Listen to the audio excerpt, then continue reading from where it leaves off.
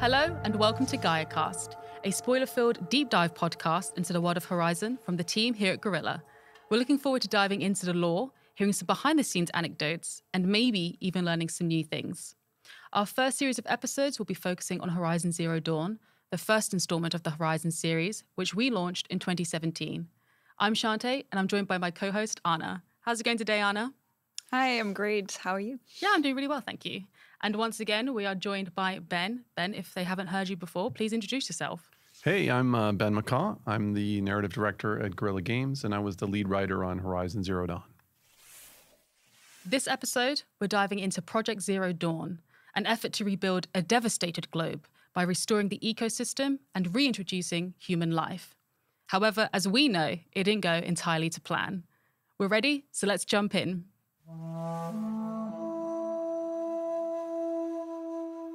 So, can you give us a quick breakdown of what Project Zero Dawn was and why it was required? Sure. In essence, Zero Dawn is a seed from which life can grow again. So in our fictional backstory for the game in the year 2065, a runaway glitch in a fleet of military robots causes them to self-replicate and to ignore human control. And even worse, these machines have the ability to consume biomatter as fuel, so plants, animals, humans. So within the span of 16 months, they eat, more or less, or destroy every living thing on Earth, down to the last blade of grass, leaving behind only a barren rock. And a certain heroic group of scientists knows that this is going to happen, and they create a technological miracle by which life can be preserved for the future, where it's a self-contained terraforming system that will activate after the robotic threat has been eliminated. And so the goal for it is to regrow all life, plants and animals, and even humans, and reintroduce them in the distant future. So when developing Horizon Zero Dawn, were different global catastrophes evaluated when designing the world of Horizon? Or did the team understand that there was always going to be one man's actions and the devastation of the machines? So yeah, I mean, I think we knew that we needed certain elements. We needed the machines, and we needed the machines to be present in the game in two different forms: the warbots and the Zero Dawn machines themselves, the terraforming machines that Aloy can interact with and fight with. Yeah. And we also knew that we wanted a complete break from the past, where the tribal population of the world of Horizon really has no knowledge of what happened. So with those requirements, the elements that we put in place were the ones we really needed. The idea that Earth is reduced to this kind of barren sphere, with really no way for the tribal inhabitants to access that knowledge. And of course, we needed the apocalypse to be repeatable. We needed the idea that these warbots could rise up and sort of cause the same thing all over again, because that's what Aloy is really fighting against. So it kind of had to be what we came up with after we thought about it for a while. Yeah. In terms of it being about one man, I mean, in a certain sense it is, in a certain sense it isn't. There's a kind of inevitability to it. If it hadn't been Ted Farrow, the guy who's sort of most responsible for the glitch that sends these machines awry, it probably would have been someone else. That said, for the sake of a story and for the sort of dramatic stakes of the story, it made a lot more sense that it was sort of boiled down to this one guy, right? And his guilt and his desire to cover up that guilt. So also, did the team look at any real-life influences when it came to creating Ted's character? I don't think you have to look far in the world to see some people that are a lot like Ted Farrow.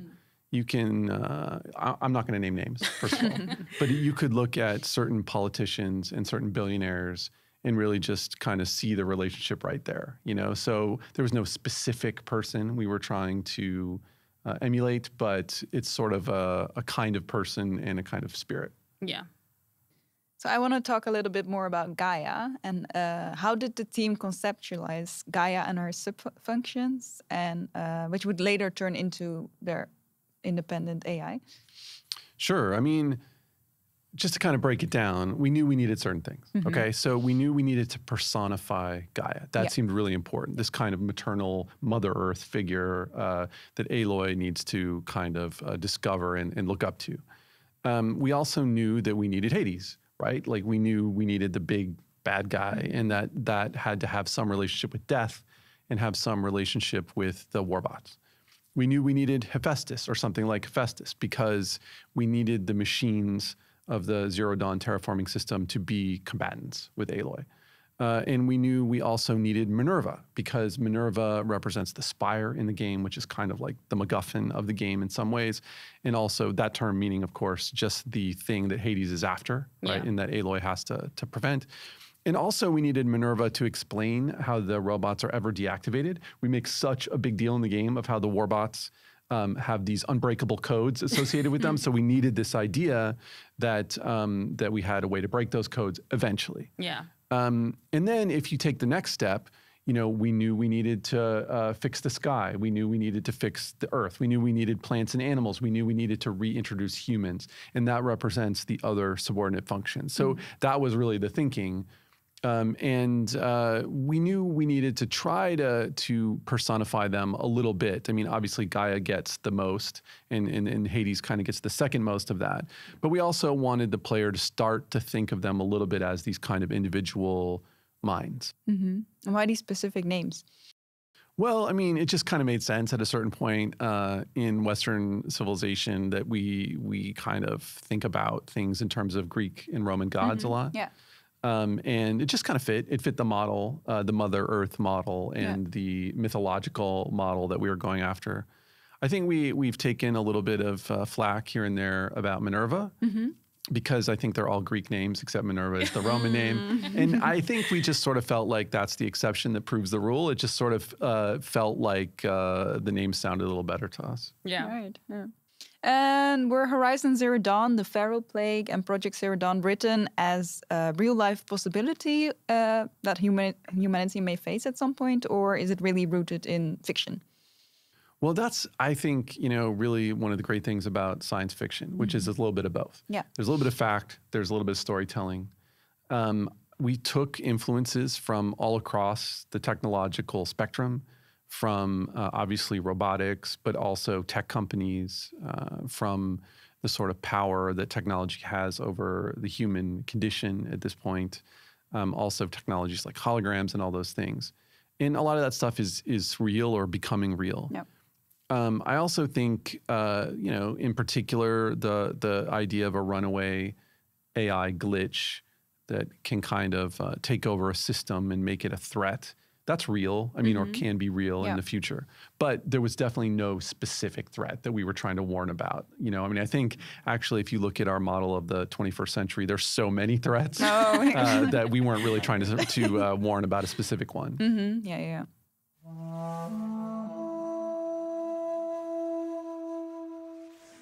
Ben, if Operation Enduring Victory were to start tomorrow, what would your course of action be? Cry. I would immediately cry. Look, I'm a game dev nerd. I'm not going to survive Enduring Victory. I'm not going to last 10 minutes. I'm not going to last very long at all against a robot horde.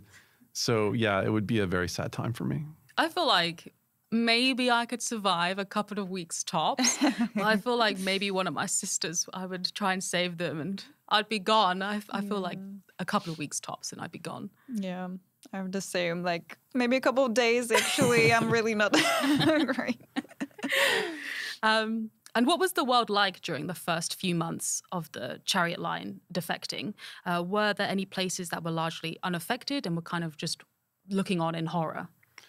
I think one of the things that makes sense if you imagine that time period is that there's a great effort to conceal what's going on. Yeah. So this is written into the backstory in that General Harris and the sort of chairman of the Joint Chiefs of Staff and U.S. Robot Command are all trying to put forth this propaganda notion that all we have to do is hold the line until Zero Dawn is ready. And they don't even say what Zero Dawn is, right? Yeah. But all across the world, there would be all kinds of lying and propaganda to try to conceal this, right? And up until the point where you just couldn't. And of course, in that kind of future, there'd be all kinds of holograms and recordings and videos of things that you couldn't explain in any other way but the truth. Yeah. But they would still try to lie. And they would still try to lie as much as possible, some to save people and some to prevent panic and some just because they're trying to save their own skin. So it's obviously a very chaotic period of time, but it would be a time where you didn't actually know what was going on, where there'd be so many competing versions of that out there that I think it would be actually incredibly chaotic and confusing. Yeah. So we talked about this a little bit in a previous episode already, but can you tell a little bit more about how did the world change? What did we not see while we were playing Horizon Zero Dawn? Is there anything that our listeners would be surprised by? I mean, I think the thing that I like to think about the most during that time period, that fictional time period, is really about hope. So like, you know, there'd be all kinds of terrible behavior, as there always is during a crisis, right? Yeah. But, you know, in a lot of the data points that you find in the game, people are finding ways to reconnect with their past, with their loved ones, with themselves, with their sense of purpose.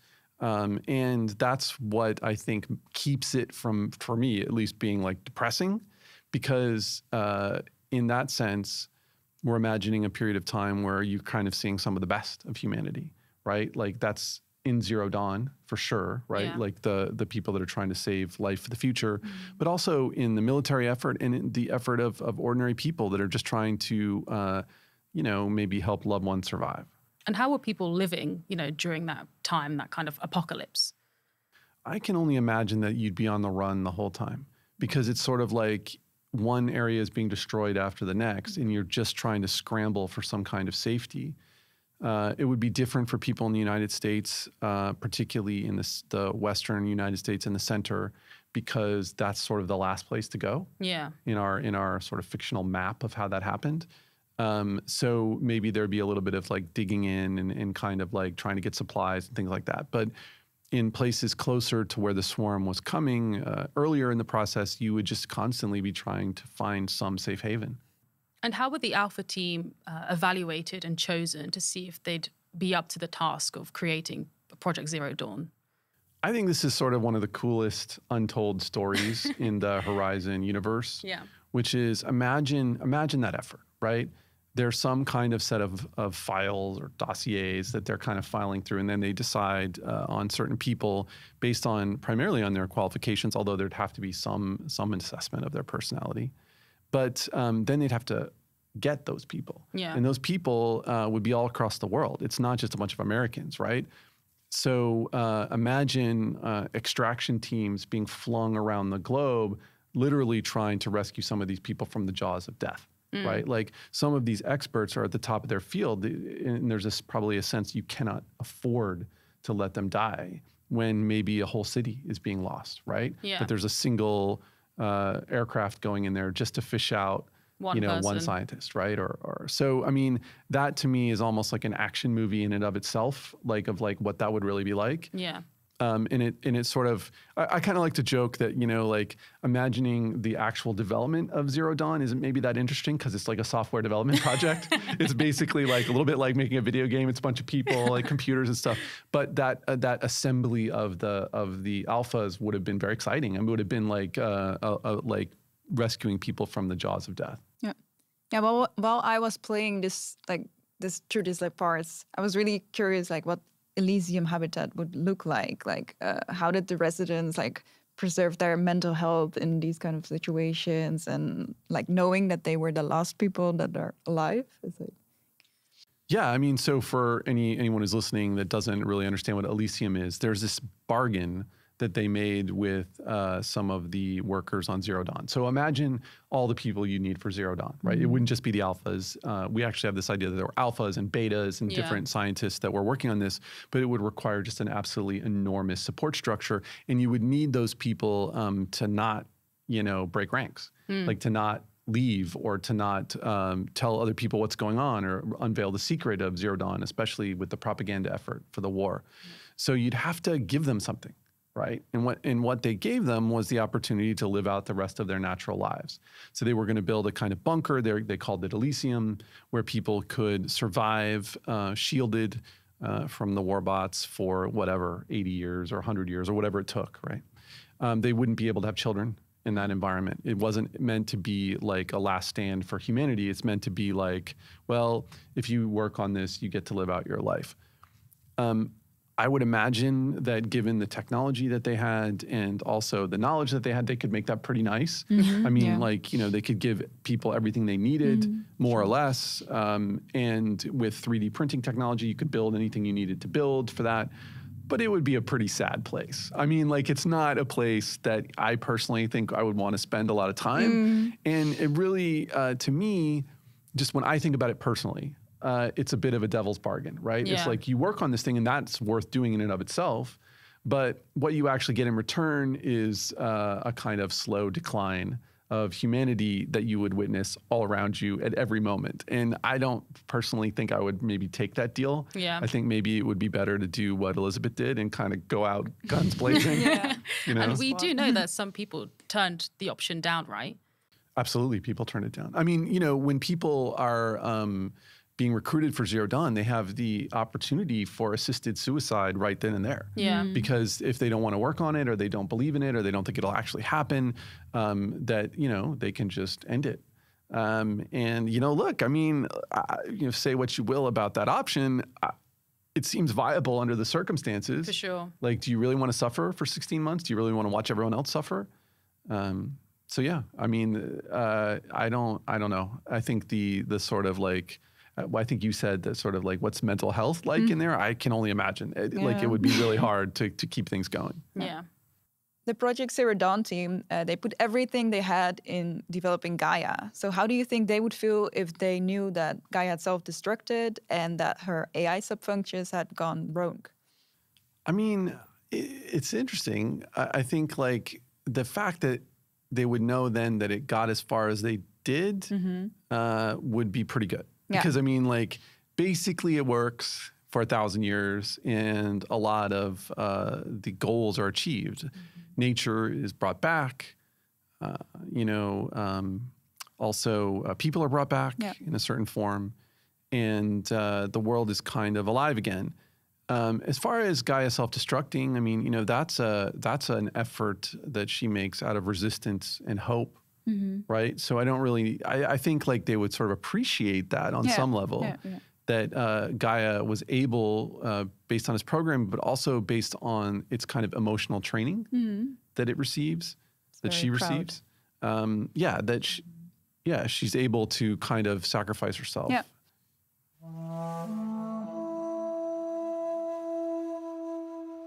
Okay, Ben, answer a debate for our listeners. The fail-safe in Gaia, good idea or not? So for me, this isn't about the answer, it's about the question, right? So I'm maybe not going to give the answer that they want. You're trying to wiggle out of this one. No, but I think like the whole point of that moment in the story is the question and how the three characters react to it, right? So Elizabeth is offended that she's protective of Gaia and protective of the project and everything she's put into it. Ted, of course, is always, well, I mean, I think probably Ted is mostly thinking about his own culpability for what's happened before. So he's saying, well, of course, give it a kill switch, right? And Gaia sees the wisdom in Ted's point of view, right? That if the goal is to preserve humanity, then maybe humanity should have the final say. And I think that's what makes it a cool moment, not so much whether the actual answer is yes or no. It sort of brought out this competitiveness in Elizabeth and Ted as well when we see this cutscene in the story. Absolutely. I mean, and these are two people that basically hate each other. Although, I mean, does Ted hate Elizabeth? I mean, I think clearly Elizabeth hates Ted, right? But does Ted hate her? Maybe not. Actually, I think he probably craves her approval at some level. Her. Absolutely respects her. But I think he sort of wants to crawl back into her good graces somehow. And of course, that's impossible. Yeah. So we kind of talked about this already a little bit before, but do you think the team behind Project Zero Dawn would be happy to see the world that Horizon is in now? Yes and no. So, I mean, there are certain things that a number of them would find fascinating, right? Certainly the ones that worked on the environmental parts of the project would be really pleased, right? So like the skies, the seas, the plants, even the people came back, right? I think the one person that would just be horrified that would never recover is the alpha for Apollo. So that's Samina. And I think she would really feel like her role in this was just destroyed, and rightfully so. And she would, even if she wanted to love the people, she couldn't really love the tribes because they're the symbolic result of the destruction of the Apollo database. In terms of Travis Tate, he'd just be looking to have a good time one way or another, one way or another. Yeah, definitely. And so the politics between countries and businesses were heavily affected by who could afford which machines, you know, from the chariot line and how many of them at one time. Once the chariot line began to defect, how did Ted's life change? What was his day-to-day life like? I think Ted was doing a lot of lying. Yeah. Just a lot of lying every day and a lot of hiding and a lot of deflecting responsibility. I think he would have been hiding behind the propaganda effort to try to like hide this. He would have been doing everything he could to conceal his own culpability. I think that's one of the things that bothers him so much about Elizabeth is she'll never let him escape that sort of spotlight. I think also, though, that he actually does have a little bit of authority at the end because he's sort of writing the checks for Zero Dawn. So I think he would cling to that as well. Like, you still kind of need me a little bit, even though you know, I know that you know that I know what I did, you know? Yeah. I think, but I mean, it's an uncomfortable existence for him because, you know, he's a man that had great strengths and talents and vision in a certain way, but someone who could never reconcile the idea that they had done anything wrong. And so he's in a kind of tortured state as well, right? Which is that like he can't quite believe that it's all come down around his ears and it's all his fault. And how did his mental state kind of change between discovering the defect and, you know, as the months went on? It's not good. I mean, he really goes through a number of cycles. And one of the things we kind of hint at, this is one of my favorite little anecdotes about the backstory, is one of the things that there's a data point you can find in his office where he says, let's get all the spiritual leaders of the world together. And it kind of foreshadows his immense guilt. So basically, he already knows what's happening, and he's reaching out to his PR people to put together this kind of religious conference. Yeah. And like he calls it, and this, I don't think we ever named it, but what we wanted to call it was Ted Farrow's Summit for Spiritual Success. And the idea is that he wants to get together this group of people and really, you know, talk about meaning, but really what he wants is to find someone, anyone that can give him some forgiveness for what he's done. And he finds it. He finds it because there is a kind of spiritual guru in that audience that becomes his kind of personal spiritual guide. And this fellow has a kind of Luddite view of the world, that technology is the problem. Don't worry, Ted. It's not your fault. It's technology's fault. Yeah. And that is a little bit of like the voice in his ear that actually leads to the destruction of the Apollo database. It gives him that idea, right? That like, oh yeah, maybe, what if it is technology's fault? What if we shouldn't tell the people in the past what happened to the world? What if they shouldn't gain access to all those secrets? And of course, what if they shouldn't gain access to my secret? Yeah. You know, that it's all my fault. And kind of at what point did he get to the idea that, you know, the alphas have to go, Apollo has to go? You know, I think Ted is someone that wouldn't really think too much about the murdery aspect of what he's doing. Like, he's thinking in terms of, how can I evade responsibility? Yeah. How can I conceal what I did from the people in the future? How can I do that in a way that I never really have to admit it to myself? Yeah. Right? And, oh, okay, I would need to purge the Apollo database. Oh, but that's not quite enough, because there's people that still kind of know, and they're actually people that are very capable and could kind of write it down. Yeah. And I think that's where the idea comes, well, I guess those people have to go. And really, at the end of the day, that's me just pushing one button. Yeah. And I think that's just a little bit too easy for Ted. That's an easy way out. And of course, he's a guy that always takes the easy way out. So does he think in advance, am I going to murder a room full of people? No. He thinks, I'm going to push a single button and it's all going to go away. Yeah. You know? So can you tell me a little bit, like, are Hades and Hephaestus, are they aware of the danger that they place on humanity, or do they just see it as fulfilling their functions?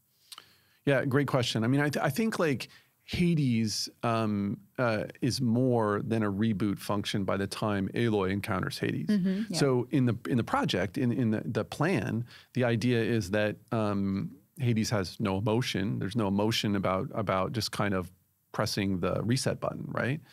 But clearly the Hades that Aloy meets has a lot of hate. And where that hate comes from is one of the big mysteries of the franchise.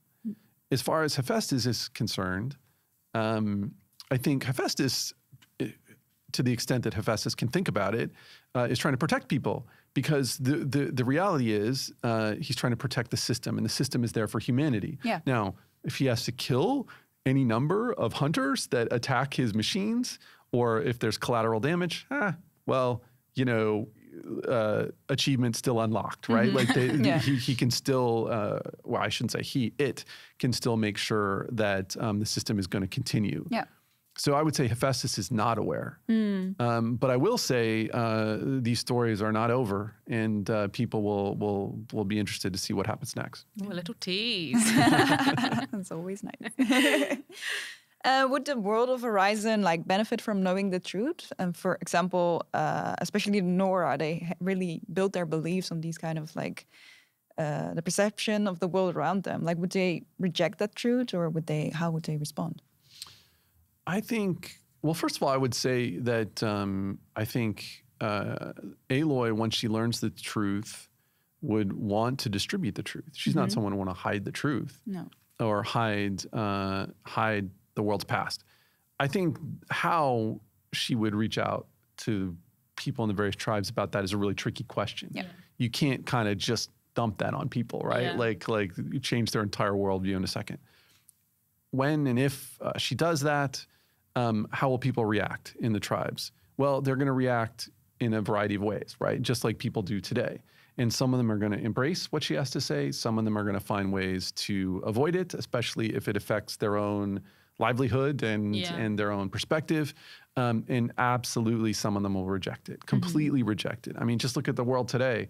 Rejecting the truth is like a full-time job for people. So it'll definitely continue to happen, right? Yeah, and you said, you know, Aloy understands and knows the sacrifices that happened during Operation Enduring Victory and Project Zero Dawn.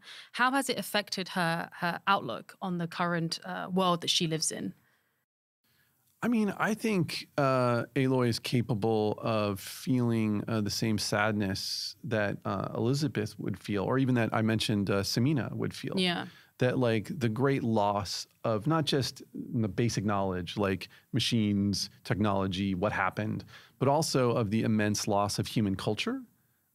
So I think Aloy, I think there's something about this that she understands is sad, but I think Aloy is also really frustrated. Yeah. I mean, one of the things about Aloy that's so interesting is that she kind of has our perspective, a kind of like modern perspective on this tribal world.